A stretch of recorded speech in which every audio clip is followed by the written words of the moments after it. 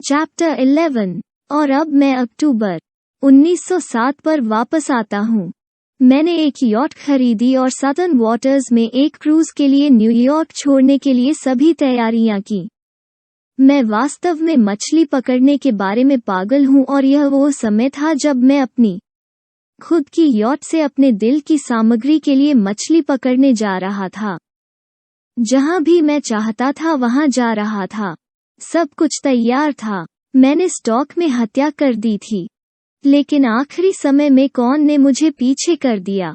मुझे यह स्पष्ट करना चाहिए कि पैसे की घबराहट से पहले जिसने मुझे पहली बार किरण दी थी। मैं शिकागो में ग्रेन का ट्रेडिंग कर रहा था। मेरे पास 1 करोड़ बुशेल व्हीट और 10 लाख बुशेल कॉर्न थे।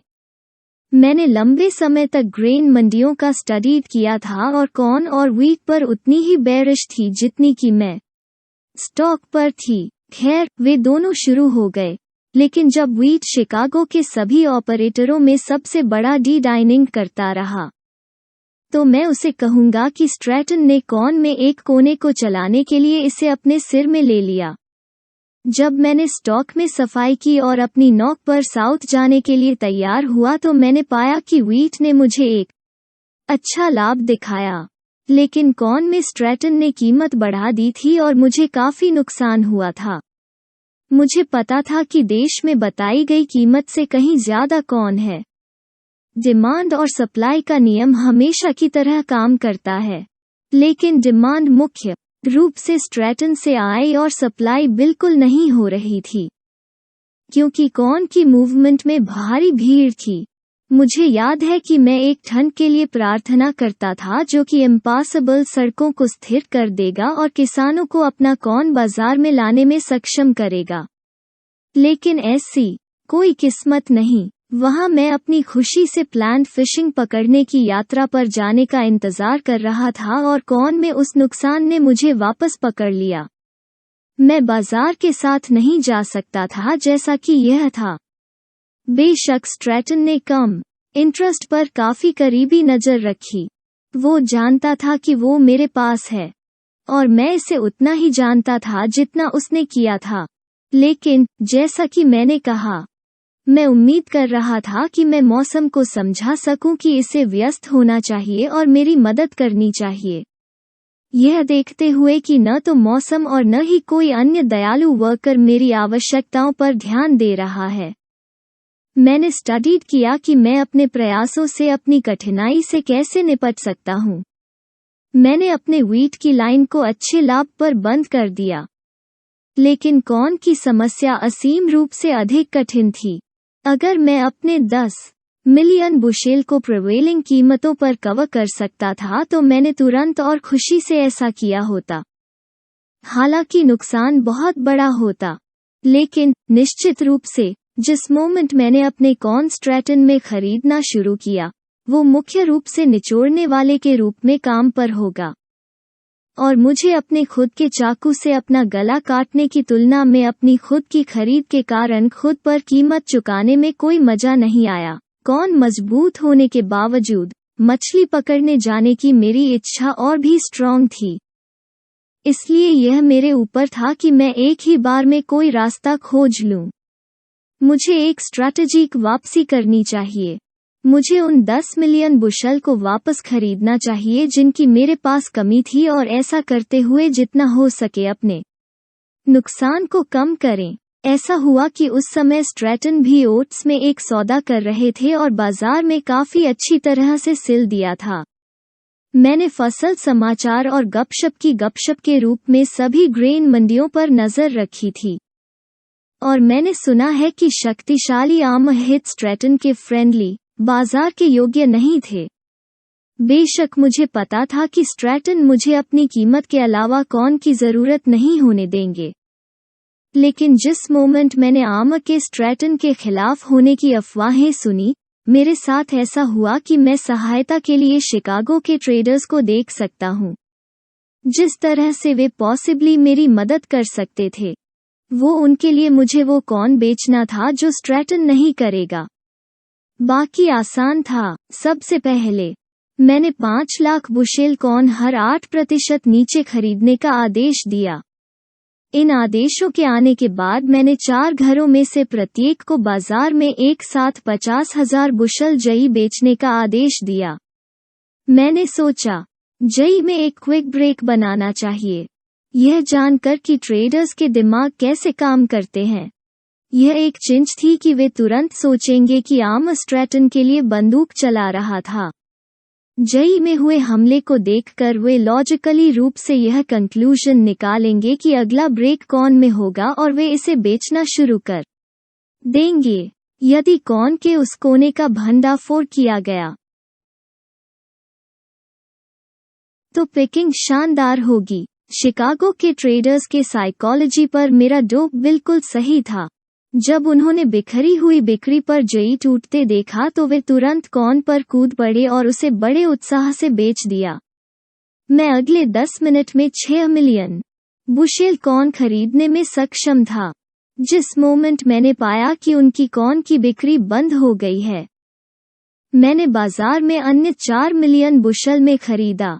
बेशक इसने कीमत को फिर से बढ़ा दिया, लेकिन मेरे पैंतरेबाजी का शुद्ध परिणाम यह था कि मैंने ट्रेडर्स की बिक्री पर कवर करना शुरू करने के समय प्रिवेलिंग मूल्य के 0.5% के भीतर 10 मिलियन बुशल की पूरी लाइन को कवर किया।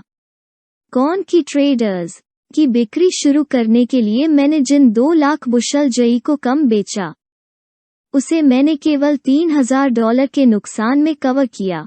वो काफी सस्ता बेचारा था। मैंने व्हीट में जो लाभ कमाया था वो कॉर्न में मेरे इतने घाटे की भरपाई कर देता था कि उस समय मेरे सभी ग्रेन ट्रेड्स पर मेरा कुल नुकसान केवल $25,000 था। बाद में कॉर्न एक झाड़ी में 25 सेंट ऊपर चला गया। स्ट्रैटन अनडाउटेडली मुझे उसकी दया पर था। अगर मैंने कीमत के बारे में सोचने की परवाह किए बिना अपने 10 मिलियन बुशल कॉर्न खरीदने के बारे में सोचा होता तो यह नहीं कहा जा सकता कि मुझे क्या भुगतान करना होगा। एक आदमी एक चीज पर वर्षों नहीं बिता सकता है और एवरेज शुरुआत करने वाले के बिल्कुल ऑपोजिट उसके प्रति हैबिचुअल रवैया हासिल नहीं कर सकता है। अंतर प्रोफेशनल को एमेचर से अलग करता है। यह वो तरीका है जिससे एक व्यक्ति सट्टा बाजारों में अपने लिए पैसा बनाने या खोने वाली चीजों को देखता है। जनता का अपने स्वयं के प्रयास के प्रति डिलेटेंट का पहुंच है। अहंकार अपने आप को अनावश्यक रूप से रोकता है और इसलिए सोच गहरी या संपूर्ण नहीं है। प्रोफेशनल खुद को पैसा बनाने के बजाय सही काम करने के लिए चिंतित करता है, यह जानते हुए कि अगर अन्य चीजों पर ध्यान दिया जाता है तो लाभ खुद का ख्याल रखता है। एक ट्रेडर को खेल खेलने को मिलता है जैसा कि प्रोफेशनल बिलियर्ड खिलाड़ी करता है। वो अपने सामने पर्टिकुलर शॉट पर विचार करने के बजाय बहुत आगे देखता है। यह स्थिति के लिए खेलने के लिए एक इंस्टिंक्ट बन जाता है। मुझे एडिसन कैमैक के बारे में एक कहानी सुनना याद है जो बहुत अच्छी तरह से दिखाता है कि मैं क्या कहना चाहता हूँ। मैंने जो कुछ भी सुना है उससे मुझे लगता है कि कैमैक उन सबसे केपेबल स्टॉक ट्रेडर्स में से एक था जिसे स्ट्रीट ने कभी देखा था। वो एक पुराना बेयर नहीं था जैसा कि कई लोग मानते हैं, लेकिन उसने बेयर की ओर से ट्रेडिंग की अधिक अपील को महसूस किया। उसकी ओर से आशा और भय के 2 महान ह्यूमन फैक्टर्स का उपयोग किया। उन्हें चेतावनी देने का क्रेडिट दिया जाता है। जब रस पेड़ों पर चढ़ रहा हो तो स्टॉक न बेचें, और पुराने समय के लोग मुझे बताते हैं कि उनकी सबसे बड़ी जीत बुल की तरफ हुई थी, ताकि यह स्पष्ट हो कि उन्होंने प्रेजुडिसेस से नहीं बल्कि परिस्थितियों से खेला। सभी इवेंट्स में वो एक फिनिश्ड ट्रेडर था। ऐसा लगता है कि एक बार जब यह एक बुल मार्केट के टैग एंड पर वापस आ गया था तो कैमैक बेरिश का था, और जे आर्थर जोसेफ, फाइनेंशियल राइटर और रैकॉन्टर, इसे जानते थे। हालांकि बुल लीडरों के उत्साह और न्यूज़पेपर्स की ऑप्टिमिस्टिक रिपोर्ट्स के जवाब में बाजार न केवल मजबूत था बल्कि अभी भी बढ़ रहा था। यह जानते हुए कि कैमैक जैसा ट्रेडर बेरिश की जानकारी का क्या उपयोग कर सकता है, जोसेफ एक दिन खुशखबरी लेकर कैमैक के ऑफिस पहुंचे। मिस्टर कैमैक, मेरा एक बहुत अच्छा दोस्त है जो सेंट पॉल ऑफिस में एक ट्रांसफर क्लर्क है और उसने मुझे अभी कुछ बताया है जो मुझे लगता है कि आपको जानना चाहिए। यह क्या है? बिना सोचे समझे कैमैक से पूछा। आप मुड़ गए हैं, है ना? अब आप बेरिश के दौर में हैं? जोसेफ से पूछा। सुनिश्चित करने के लिए, अगर कैमैक को दिलचस्पी नहीं थी तो वो कीमती गोला बारूद बर्बाद नहीं करने वाला था। हाँ, बढ़िया जानकारी क्या है? मैं आज सेंट पॉल ऑफिस गया। जैसा कि मैं सप्ताह में 2 या 3 बार अपने समाचार गैदरिंग दौर में करता हूँ, और वहाँ मेरे दोस्त ने मुझसे कहा, बूढ़ा आदमी स्टॉक बेच रहा है। उसका मतलब विलियम रॉकफेलर था। क्या वो वाकई जिमी है? मैंने उससे कहा, और उसने उत्तर दिया, हाँ। वो 1 पॉइंट अप के हर 3/8वें हिस्से में 1500 शेयर बेच रहा है।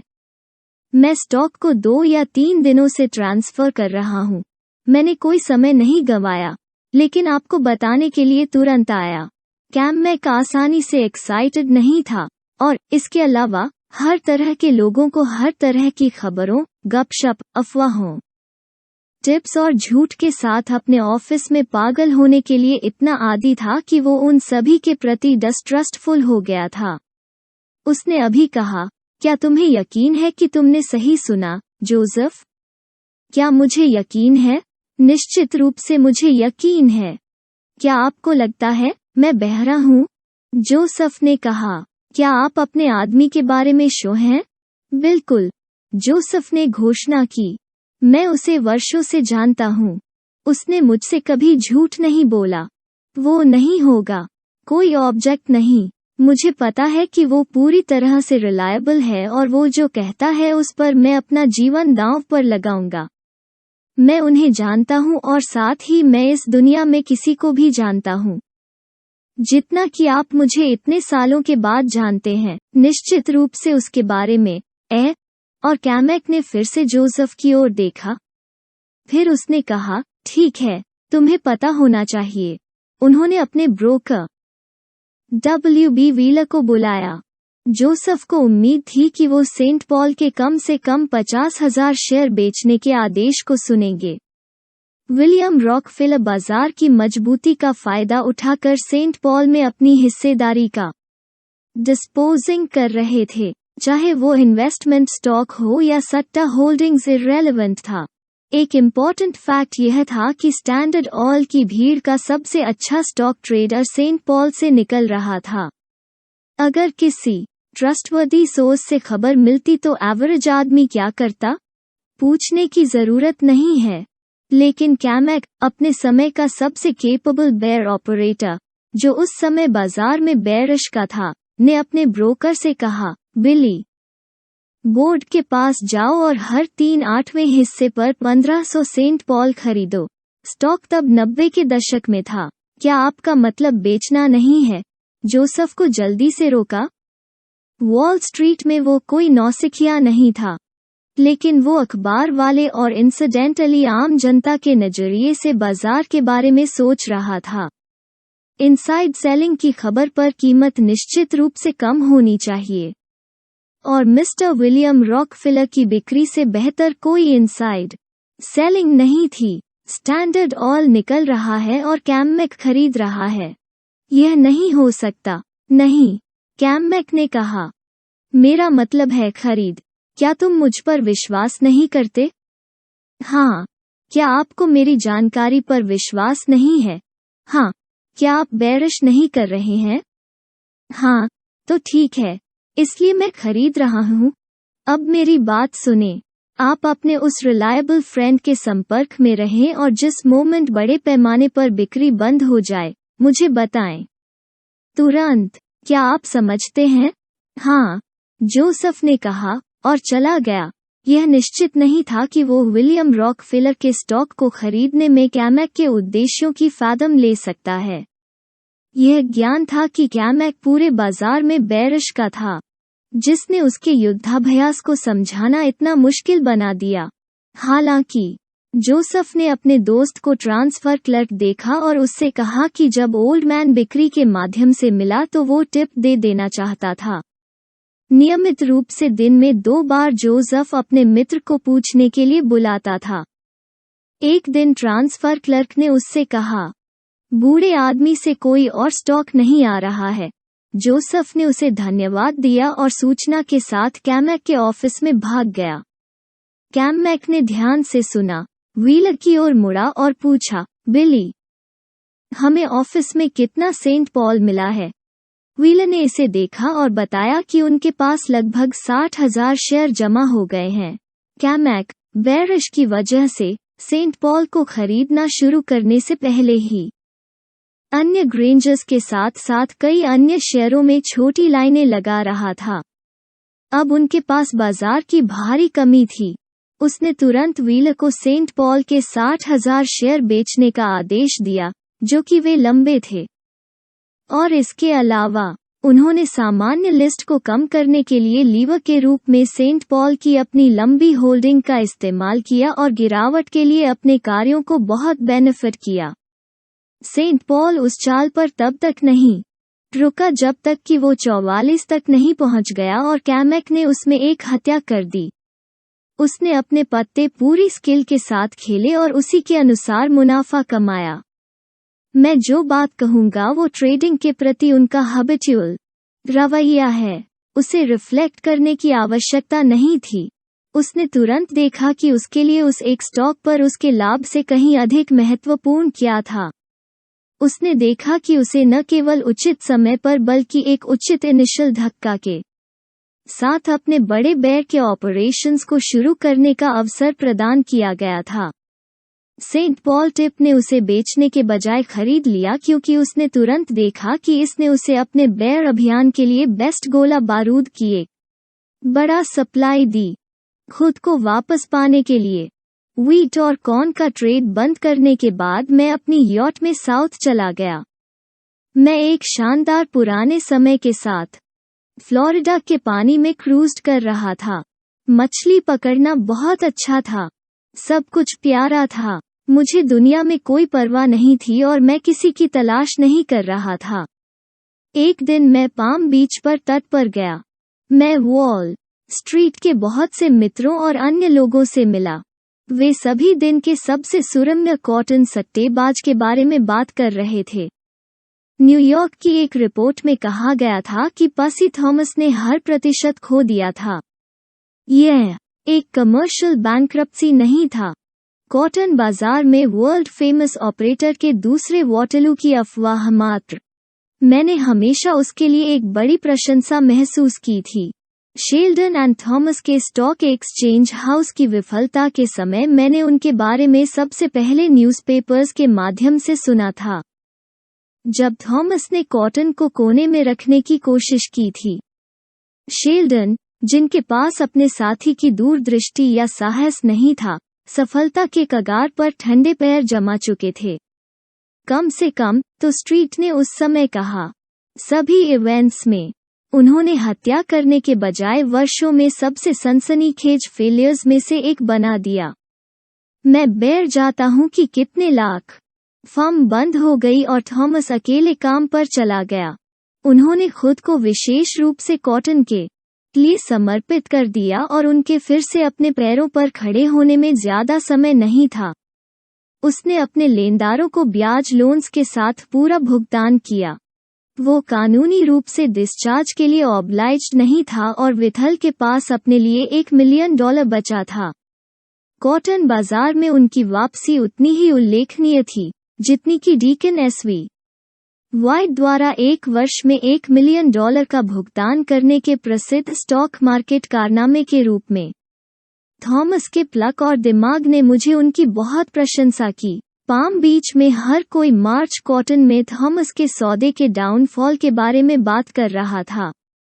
आप जानते हैं कि बात कैसे चलती है और बढ़ती है। गलत सूचना और एग्जैजरेशन और आपके द्वारा सुने जाने वाले सुधारों की मात्रा। क्यों? मैंने अपने बारे में एक अफवाह को बढ़ता हुआ देखा है कि जिसने इसे शुरू किया था, वो 24 घंटे से भी कम समय में उसके पास वापस आने पर उसे पहचान नहीं पाया। नए और पिक्चरेस्क डिटेल्स के साथ सूझ गया। पसी थॉमस के लेटेस्ट मिसएडवेंचर की खबर ने मेरा मन मछली पकड़ने से कॉटन बाजार में बदल दिया। मुझे ट्रेड पेपर्स की फाइलें मिलीं और शर्तों पर लाइन पाने के लिए उन्हें पढ़ा। जब मैं न्यूयॉर्क वापस आया तो मैंने खुद को बाजार का स्टडी करने के लिए छोड़ दिया। हर कोई बेरिश का था और हर कोई जुलाई कॉटन बेच रहा था। आप जानते हैं कि लोग कैसे हैं। मुझे लगता है कि यह उदाहरण का संक्रमण है जो एक आदमी को कुछ करता है क्योंकि उसके आसपास हर कोई वही काम कर रहा है। शायद यह झुंड इंस्टिंक्ट का कोई फेज या वैरायटी है। जो भी हो, सैकड़ों ट्रेडर्स की राय में जुलाई कॉटन को बेचना बुद्धिमानी और उचित बात थी और इतनी सुरक्षित भी। आप उस सामान्य बिक्री को लापरवाह नहीं कह सकते। शब्द बहुत रूढ़िवादी है। ट्रेडर्स ने केवल एक तरफ बाजार को देखा और एक बड़ा लाभ देखा। उन्हें निश्चित रूप से कीमतों में गिरावट की उम्मीद थी। मैंने यह सब देखा, निश्चित रूप से, और इसने मुझे चौंका दिया कि जो लोग कम थे उनके पास कवर करने के लिए बहुत अधिक समय नहीं था। जितना अधिक मैंने स्थिति का स्टडी किया, मैंने इसे उतना ही स्पष्ट देखा। जब तक कि मैंने फाइनली जुलाई कॉटन खरीदने का फैसला नहीं किया। मैं काम पर गया और जल्दी से 1,00,000 बेल्स खरीद ली। मुझे इसे प्राप्त करने में कोई परेशानी नहीं हुई क्योंकि यह बहुत सारे सेलर्स से आया है। मुझे ऐसा लग रहा था कि मैं एक भी व्यापारी को पकड़ने के लिए $10,00,000 का इनाम दे सकता था। मृत या जीवित, एक भी ट्रेडर जो जुलाई कॉटन नहीं बेच रहा था और किसी ने उस पर दावा नहीं किया होगा। मुझे कहना चाहिए कि यह मई के लैटर में था। मैं और खरीदता रहा और वे मुझे तब तक बेचते रहे जब तक कि मैं सभी फ्लोटिंग कॉन्ट्रैक्ट्स नहीं उठा लेता और मेरे पास 1,20,000 बेल्स नहीं हो जाती। कुछ दिनों के बाद जब मैंने इसका आखिरी हिस्सा खरीदा तो यह ऊपर जाने लगा। एक बार जब यह बाजार शुरू हुआ तो वास्तव में बहुत अच्छा प्रदर्शन करने के लिए पर्याप्त था, यानी यह एक दिन में 40 से 50 अंक तक बढ़ गया। एक शनिवार, जब मैंने ऑपरेशंस शुरू किया था, उसके लगभग 10 दिन बाद कीमत में इंक्रीज होने लगी थी। मुझे नहीं पता था कि बिक्री के लिए कोई और जुलाई कॉटन थी या नहीं। यह पता लगाना मेरे ऊपर था, इसलिए मैंने आखिरी 10 मिनट तक इंतजार किया। उस समय मुझे पता था उन साथियों के लिए शॉर्ट होना सामान्य बात है और अगर बाजार दिन के लिए बंद हो जाता है तो वे सुरक्षित रूप से जुड़ जाएंगे। इसलिए मैंने 4 अलग-अलग ऑर्डर में 5-5 हजार बेल्स बाजार से एक ही समय में खरीदने के लिए भेजी। इसने कीमत को 30 अंक तक बढ़ा दिया और शॉर्ट्स दूर जाने की पूरी कोशिश कर रहे थे। बाजार टॉप पर बंद हुआ। मैंने जो कुछ किया, याद रखा, वो आखिरी 20,000 बेल्स खरीदना था। अगले दिन रविवार था, लेकिन सोमवार को लिवरपूल को न्यूयॉर्क में एडवांस के साथ समानता पर होने के लिए 20 अंक खोलना था। इसके बजाय यह 50 अंक अधिक आया। इसका मतलब है कि लिवरपूल ने हमारे एडवांस को 100% से अधिक कर दिया था। मेरा उस बाजार के उदय से कोई लेना देना नहीं था। इससे मुझे पता चला कि मेरी कटौती अच्छी रही थी और मैं कम से कम रेजिस्टेंस की लाइन के साथ ट्रेडिंग कर रहा था। साथ ही मैं इस तथ्य से भी नहीं चूक रहा था कि मेरे पास निपटाने के लिए एक बहुत बड़ी लाइन है। एक बाजार तेजी से आगे बढ़ सकता है या धीरे धीरे बढ़ सकता है, और फिर भी एक निश्चित मात्रा में बिक्री से अधिक को अब्सॉर्ब करने की शक्ति नहीं रखता है। बेशक लिवरपूल केबल्स ने हमारे अपने बाजार को जंगली बना दिया, लेकिन मैंने देखा कि यह जितना ऊंचा जाता है उतना ही दुर्लभ जुलाई कॉटन लगता है। मैं अपने किसी को जाने नहीं दे रहा था। कुल मिलाकर सोमवार का दिन बेयर्स के लिए एक रोमांचक और बहुत चेयरफुल दिन नहीं था, लेकिन उस सब के लिए मैं बेयर के आने वाले आतंक के कोई संकेत नहीं पा सका। अंधी भगदड़ की कोई शुरुआत नहीं और मेरे पास 1,40,000 बेल्स थीं, जिनके लिए मुझे एक बाजार खोजना होगा। मंगलवार की सुबह जब मैं अपने ऑफिस जा रहा था तो मुझे बिल्डिंग के एंट्रेंस पर एक दोस्त मिला। आज सुबह दुनिया में यह काफी कहानी थी, उन्होंने एक मुस्कान के साथ कहा। कहानी क्या है? मैंने पूछ लिया। क्या आप मुझे बताना चाहते हैं कि आपने इसे नहीं देखा है? मैं दुनिया को कभी नहीं देखता, मैंने कहा। कहानी क्या है? क्यों? यह सब तुम्हारे बारे में है। यह कहता है कि आपको जुलाई कॉटन मिल गया है। मैंने इसे नहीं देखा, मैंने उससे कहा और उसे छोड़ दिया। मुझे नहीं पता कि उसने मुझ पर विश्वास किया या नहीं। उसने शायद सोचा था कि यह मेरे लिए बहुत अनुचित था कि मैं उसे यह न बताऊं कि यह सच है या नहीं। जब मैं ऑफिस पहुंचा तो मैंने कागज की एक कॉपी के लिए बाहर भेज दिया। निश्चित रूप से यह पहले पेज पर बड़ी सुर्खियों में था। लैरी लिविंगस्टन द्वारा कॉनर जूली कॉटन। बेशक मुझे तुरंत पता चल गया था कि यह आर्टिकल डिकेंस को बाजार के साथ खेलेगा। यदि मैंने जानबूझकर अपने 1,40,000 बेल्स को बेस्ट लाभ के लिए निपटाने के तरीकों और साधनों का स्टडीड किया होता तो मैं इससे बेहतर योजना नहीं बना पाता। एक को खोजना संभव नहीं होता। वो आर्टिकल उसी मोमेंट पूरे देश में पढ़ा जा रहा था, या तो दुनिया में या अन्य अखबारों में इसे के हवाले करते हुए। इसे यूरोप के लिए केबल किया गया था। यह लिवरपूल की कीमतों से स्पष्ट था। वो बाजार बस जंगली था। कोई आश्चर्य नहीं ऐसी खबर के साथ। बेशक मुझे पता था कि न्यूयॉर्क क्या करेगा और मुझे क्या करना चाहिए। यहाँ का बाजार 10 बजे खुला। 10:10 पर मेरे पास कोई रुई नहीं थी। मैंने उन्हें अपने 1,40,000 बेल्स में से एक को दिया है। मेरी मोस्ट लाइन के लिए मुझे वो मिला जो दिन की टॉप कीमतें साबित हुई। ट्रेडर्स ने मेरे लिए बाजार बनाया। मैंने वास्तव में केवल अपने कॉटन से छुटकारा पाने के लिए एक स्वर्ग भेजे हुए अवसर को देखा था। मैंने इसे समझ लिया क्योंकि मैं इसकी मदद नहीं कर सकता था। इसके अलावा मेरे द्वारा और क्या किया जा सकता है, जिस समस्या को मैं जानता था कि उसे हल करने के लिए बहुत कठिन सोच की आवश्यकता होगी। इस प्रकार मेरे लिए एक दुर्घटना से हल हो गया था। यदि विश्व ने उस आर्टिकल को पब्लिश्ड नहीं किया होता तो मैं अपने पेपर प्रॉफिट्स के बड़े हिस्से का त्याग किए बिना कभी भी अपनी लाइन का निपटान नहीं कर पाता। जुलाई कॉटन की 1,40,000 बेल्स बिना कीमत कम किए बेचना मेरी शक्ति से परे एक चाल थी। लेकिन विश्व कहानी ने इसे मेरे लिए बहुत अच्छी तरह से बदल दिया। विश्व ने इसे क्यों प्रकाशित किया मैं आपको नहीं बता सकता। मैं नहीं जानता था। मुझे लगता है कि लेखक को कॉटन बाजार में किसी दोस्त ने सूचना दी थी और उसने सोचा कि वो एक स्कूप प्रिंट कर रहा है। मैंने उसे या दुनिया से किसी को नहीं देखा।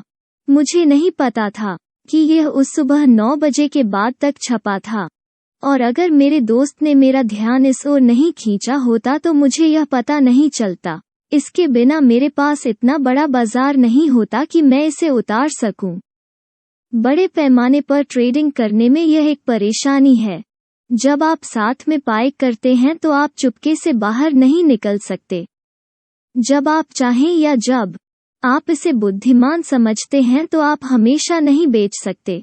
जब आप कर सकते हैं आपको बाहर निकलना होगा। जब आपके पास एक बाजार होगा जो आपकी पूरी लाइन को अब्जॉर्ब कर लेगा। बाहर निकलने के अवसर को समझने में विफलता आपको लाखों खर्च कर सकती है। आप संकोच नहीं कर सकते। यदि आप करते हैं तो आप खो गए हैं। न ही आप कम्पेटिटिव खरीदारी के माध्यम से बेस पर कीमत बढ़ाने जैसे स्टंट की कोशिश कर सकते हैं, क्योंकि इससे आप अब्जॉर्ब करने की क्षमता कम कर सकते हैं। और मैं आपको बताना चाहता हूं कि आपके अवसर को समझना उतना आसान नहीं है जितना लगता है। एक आदमी को इतनी अलर्टनेस से देखना चाहिए कि जब उसका मौका उसके दरवाजे पर उसके सिर में चिपक जाए तो उसे पकड़ना चाहिए। बेशक हर कोई मेरे भाग्यशाली दुर्घटना के बारे में नहीं जानता था। वॉल स्ट्रीट में और उस बात के लिए हर जगह कोई भी दुर्घटना जो किसी व्यक्ति के लिए बड़ी कमाई करती है, उसे संदेह की नज़र से माना जाता है। जब दुर्घटना अनप्रॉफिटेबल होती है तो इसे कभी भी दुर्घटना नहीं माना जाता है, बल्कि आपके हौसले या बढ़े हुए सिर का लॉजिकल आउटकम माना जाता है। लेकिन जब कोई लाभ होता है तो वे इसे लूट कहते हैं और बात करते हैं कि बेईमानी कितनी अच्छी है और रूढ़िवाद और शालीनता कितनी खराब है। यह न केवल दुष्ट दिमाग वाले शॉट्स थे जो अपनी खुद की लापरवाही के कारण सजा के तहत होशियार थे, जिन्होंने मुझ पर जानबूझकर तख्तापलट की योजना बनाने का आरोप लगाया। अन्य लोगों ने भी ऐसा ही सोचा। पूरी दुनिया में कॉटन के सबसे बड़े पुरुषों में से एक ने मुझसे 1 या 2 दिन बाद मुलाकात की और कहा, लिविंगस्टन, यह निश्चित रूप से आपके द्वारा किया गया सबसे छोटा सौदा था। मैं सोच रहा था कि जब आप बाजार में आएंगे तो आप कितना खो देंगे। आपकी वह लाइन, आप जानते थे कि यह बाजार इतना बड़ा नहीं था कि बिना बेचे 50 या 60 हजार बेल से अधिक ले सके, और आप कैसे बाकी से काम करने जा रहे थे और अपने सभी पेपर प्रॉफिट्स को नहीं खोते थे। मुझे दिलचस्पी होने लगी थी। मैं आपकी योजना के बारे में नहीं सोचा था। यह निश्चित रूप से धीमी थी। मेरा इससे कोई लेना देना नहीं था। मैंने उसे जितना हो सके उतनी ईमानदारी से अश्योर दिया। लेकिन उसने जो किया वो दोहराना था। Mighty sleek, my boy, mighty sleek, इतना मामूली मत बनो। उस सौदे के बाद कुछ अखबारों ने मुझे कॉटन किंग कहा, लेकिन जैसा कि मैंने कहा, मैं वास्तव में उस ताज के हकदार नहीं थे। आपको यह बताने की आवश्यकता नहीं है कि यूनाइटेड स्टेट्स अमेरिका में न्यूयॉर्क वर्ल्ड के कॉलम खरीदने के लिए पर्याप्त पैसा नहीं है या उस तरह की कहानी के पब्लिकेशन को सुरक्षित करने के लिए पर्याप्त व्यक्तिगत खिंचाव नहीं है। इसने मुझे उस समय पूरी तरह से अनअर्न्ड रेप्यूटेशन दी। लेकिन मैंने यह कहानी कभी कभी अनडिजर्विंग ट्रेडर्स की ब्राउज पर दबाए जाने वाले मुकुटों पर मॉरलाइज के लिए या अवसर को जब्त करने की आवश्यकता पर जोर देने के लिए नहीं कहा है, चाहे वो कब या कैसे आए। मेरा उद्देश्य केवल अखबार की उस विशाल मात्रा का हिसाब देना था जो जुलाई कॉटन में मेरे सौदे के परिणामस्वरूप मेरे पास आई थी। यदि न्यूज़पेपर्स न होते तो मैं उस रिमार्केबल मैन, पासी थॉमस से कभी नहीं मिलता।